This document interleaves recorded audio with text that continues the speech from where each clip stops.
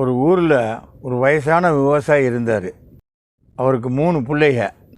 ஒரு நாள் என்ன பண்ணார், அவங்க பிள்ளையெல்லாம் கூப்பிட்டாரு.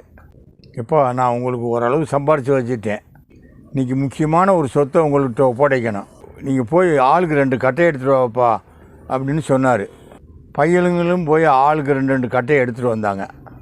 அதிலிருந்து ஒவ்வொரு கட்டையை எடுத்து ஒவ்வொரு பையன்களுக்கையிலையும் ஒவ்வொரு கட்டையாக கொடுத்தாரு. அந்த பசங்களை பார்த்து அந்த கட்டையை உடைங்கிப்பான்னு சொல்லி சொன்னார்.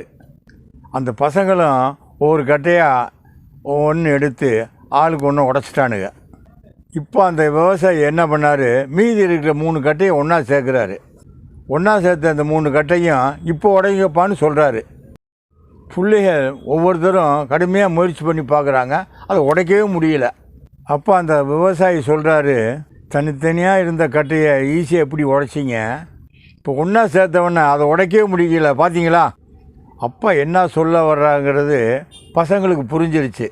எவ்வளோ பெரிய சொத்தை அப்பா நம்மளுக்கு கொடுத்துருக்காருன்னு ரொம்ப சந்தோஷப்பட்டாங்க. பசங்களுக்கு புரிஞ்சிருச்சு. உங்களுக்கு புரிஞ்சுதாங்கிறத கமெண்ட்ஸில் சொல்லுங்கள்.